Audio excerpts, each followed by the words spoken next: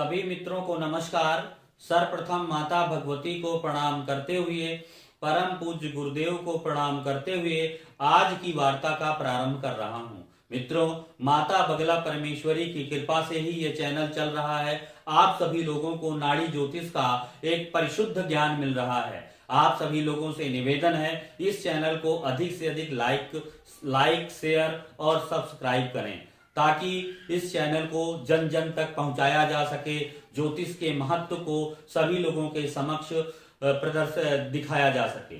आज का मेरा विषय है कि एक जातिका की कुंडली है 25 जनवरी 1978, 23:25 सोनीपत हरियाणा। इस कुंडली में इस जातिका के जीवन में बड़े उतार चढ़ाव आए। इस जातिका के जीवन में बहुत अच्छा विवाह हुआ। 2003 में इस जातिका का विवाह हुआ।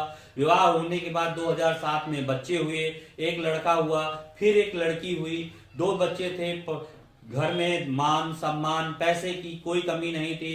पति भी खूब अच्छा कमा रहा था, सब कुछ अच्छा था। लेकिन 2014 में एक ऐसी घटना घटी जिसकी वजह से इस लड़की का जीवन बदल गया। अब वो घटना आप लोगों को बताता हूं कि पति की रोड एक्सीडेंट में मृत्यु हो गई। ये भी उनके साथ ही 2 बच्चे खत्म हो गए, पति खत्म हो गए, इसको भी दुर्घटना लगी। तब से आज तक ये कोमा में है। कई बार ऑपरेशन हो चुके हैं लेकिन बहुत सुधार नहीं हुआ है। अभी भी इसको ये पता नहीं है कि पति और बच्चे मृत्यु को प्राप्त कर चुके हैं। तो किन परिस्थितियों में कोई भी जातक, कोई भी स्त्री या कोई भी पुरुष किन परिस्थितियों में महादुर्भाग्य को भोगता है, किन परिस्थितियों में व्यक्ति को इतना बड़ा कष्ट मिलता है। भाई, अगर आप छोटे पाप करोगे तो सजा भी छोटी होगी, बड़े पाप करोगे तो प्रारब्ध से सजा भी बड़ी होगी। तो जो भी आप करके आए हो, जो आपका प्रारब्ध है, प्रारब्ध के अनुसार ही आपके शरीर की रचना होती है। प्रारब्ध के अनुसार ही आपका जन्म किस कुल में, किस खानदान में होगा, इस पर चर्चा होती है। आज का ये विषय इस पर है। इस लड़की की कुंडली का मैं विश्लेषण कर रहा हूं। देखिए, स्त्री जाति का जिस जगह पर, स्त्री जातिका का जो जीव कारक होता है वो शुक्र होता है। शुक्र जिस जगह पर बैठा होता है वो जगह जो होती है, शुक्र जिस स्थान पर बैठा है उस भाव को लग्न बना लीजिए। और लग्न बनाने के बाद देखिए उस पर किस प्रकार के ग्रहों का प्रभाव है। शुक्र इस कुंडली में 5म भाव पर बैठा हुआ है। तो शुक्र मकर राशि में बैठा हुआ है और सूर्य के साथ बैठा है। सूर्य क्या है? द्वादश भाव का स्वामी है। यदि कभी भी जीव कारक ग्रह 6, 8 और 12 भाव के स्वामियों के साथ बैठता है तो शारीरिक नुकसान होता है। ऐसे लोगों के जीवन में, ऐसे लोगों को बार बार अस्पताल जाना पड़ता है, मेडिकल सपोर्ट की जरूरत होती है। शरीर नाना प्रकार की व्याधियों का, नाना प्रकार के रोगों का घर होता है।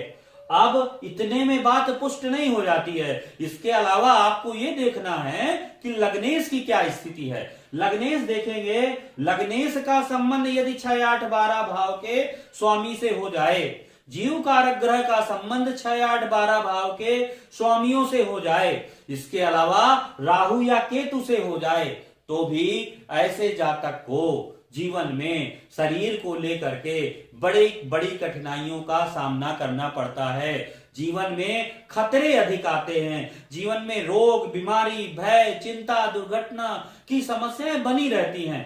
अगर लग्नेश का संबंध 6, 8, 12 भाव के स्वामी से हो, राहु या केतु से हो, तो शारीरिक क्षति होती है। ग्रह के 3 प्रभाव होते हैं: दैहिक प्रभाव, दैविक प्रभाव, भौतिक प्रभाव। तो जो दैविक प्रभाव होता है, जो शारीरिक कष्ट होता है, ऐसे व्यक्तियों को जीवन में शारीरिक कष्ट अधिक मिलता है। तो यहां पर देखेंगे बुध लग्नेश है, लग्नेश होकर के 4th भाव में बैठा है, गुरु की राशि में बैठा है। और ध्यान से देखेंगे बुध और गुरु में परिवर्तन है। इसके बाद भी हालत में सुधार नहीं हुआ।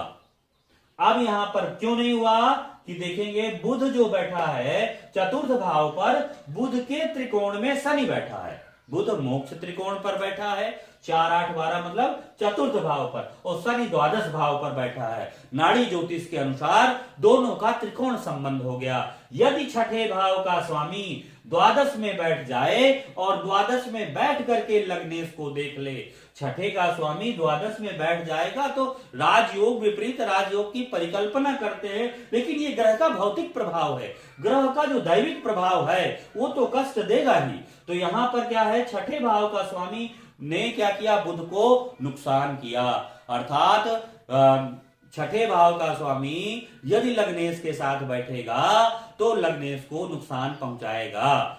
और दूसरी बात है, यदि सबसे बदमाश ग्रह, सबसे नुकसान देने वाला ग्रह जो कन्या लग्न में होता है वो मित्रों मंगल होता है। मंगल क्या है, क्योंकि मंगल क्या है, अष्टम भाव का स्वामी भी है और तीसरे भाव का भी स्वामी है। जब कोई भी ग्रह दो अनिष्ट भावों का स्वामी बन जाता है, जब कोई भी ग्रह 3 और 8 भाव का स्वामी बन जाता है, वो ग्रह खतरनाक हो जाता है। अगर उसी ग्रह की प्रकृति, उसी ग्रह का स्वभाव, उस ग्रह की संगति राहु या केतु से हो जाए तो कहते हैं एक तरह का दैत्य, राक्षस, दानव जीवन में बैठ जाता है। एक शैतान की तरह ग्रह काम करता है। यदि 3-8 भाव का स्वामी एक जगह बैठा हो, किसी भी ग्रह भाव में बैठा हो, उसके साथ राहु केतु का दृष्टि संबंध आ जाए, द्विद्वादश संबंध आ जाए, 3-11 आ जाए तो भी जीवन में खतरा अधिक होता है। इस कुंडली में देखेंगे सबसे बदमाश ग्रह, सबसे खतरनाक घातक ग्रह 3 और 8 भाव का स्वामी मंगल है। और मंगल किसके साथ बैठा हुआ है, चंद्रमा के साथ बैठा है और मंगल को केतु देख रहा है। अब मंगल को केतु ने देखा, मंगल की हालत कमजोर हो गई। ज्योतिष के 2 बड़े सिद्धांत बताता हूं, देखिए मैं निस्वार्थ भाव से आपके सामने शेयर कर रहा हूं। यदि अष्टम भाव का स्वामी, यदि अष्टमेश जिस भी जातक का कमजोर होता है, उस जातक की आयु लंबी नहीं होती है। उस जातक को जीवन में बड़े शारीरिक खतरों का सामना करना पड़ता है, क्योंकि जो ग्रह कमजोर होता है, पीड़ित होता है, वो ग्रह अधिक नुकसान करता है। यदि अष्टमेश जिसका ज्यादा बलवान होता है, वो ग्रह अष्टमेश क्या करता है, तो उतने खतरे नहीं होते हैं। अब इस कुंडली में अष्टमेश को देखेंगे, अष्टमेश मंगल कर्क राशि में बैठा है। मंगल एक गुंडा है, मंगल एक शक्ति है, मंगल एक ऊर्जा है, मंगल एक उत्साह है, मंगल एक बल है।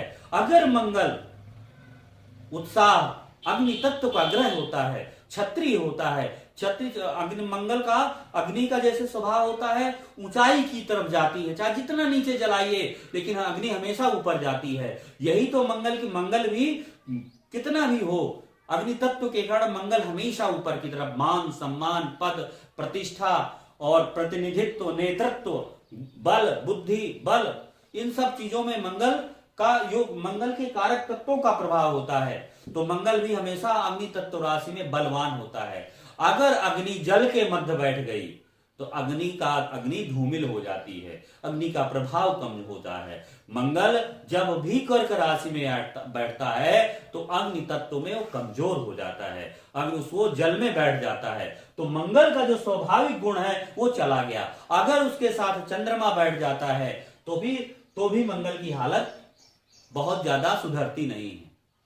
चंद्रमा यद्यपि नीचे भंग कर देगा, लेकिन फिर भी मंगल की हालत में ज्यादा सुधार यहां पर नहीं है, क्योंकि केतु ने चंद्रमा और मंगल को दोनों को पीड़ित कर रखा है। मंगल वक्री है, देखिए वक्री ग्रह जहां पर बैठता है वो 50% पिछले भाव पर आता है। तो मंगल यहां पर एकादश भाव पर बैठा हुआ है और वो वक्री है। वक्री होने के कारण मंगल दशम भाव पर आ जाता है और दशम भाव पर वो अपनी दृष्टि बुध को दे देता है और गुरु से संबंधित हो जाता है। बुध और गुरु का परिवर्तन होता है, परिवर्तन से बुध मिथुन राशि पर आता है और गुरु जाकर के धनु राशि में आता है। जब बुध मिथुन पर आता है तो मंगल का 50% प्रभाव यहां पर हो जाता है, तो कुंडली मंगल बहुत पीड़ित हो जाता है। और बुध मंगल के कारण ही इस जातिका को इतनी लंबी बीमारी हुई, इस जातिका को इतना कष्ट हुआ, क्योंकि लग्नेश 3-8 भाव के स्वामी ने लग्नेश बुध को देखा।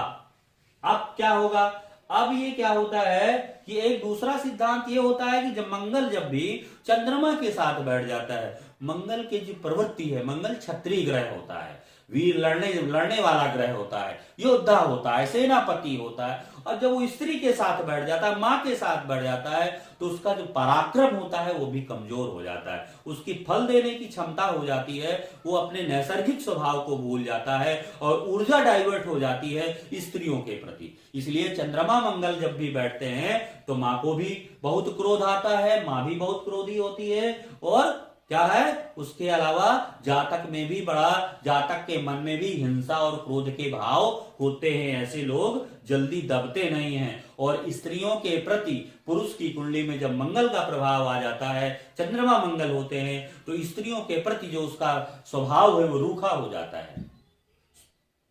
अब यहां पर एक सिद्धांत बन गया आपको कि जीव कारक ग्रह द्वादश भाव के स्वामी के साथ बैठा है, द्वादश भाव का स्वामी अस्पताल का कारक होता है, तो जीवन में लंबा समय अस्पताल में गुजरेगा। छठा भाव क्या करता है, किसी चीज को बड़ा कर देता है। छठे भाव के स्वामी का संबंध लगने से है, बीमारी होगी तो लंबी होगी, उसका निदान जल्दी नहीं मिलेगा। बुध जब मंगल के पास, मंगल बुध परिवर्तन से वो मंगल का प्रभाव आ जाता है तो भी शारीरिक कष्ट के योग बन जाते हैं। ये तो आपने समझ लिया कि इसको शारीरिक कष्ट हुए। सभी मित्रों को जय।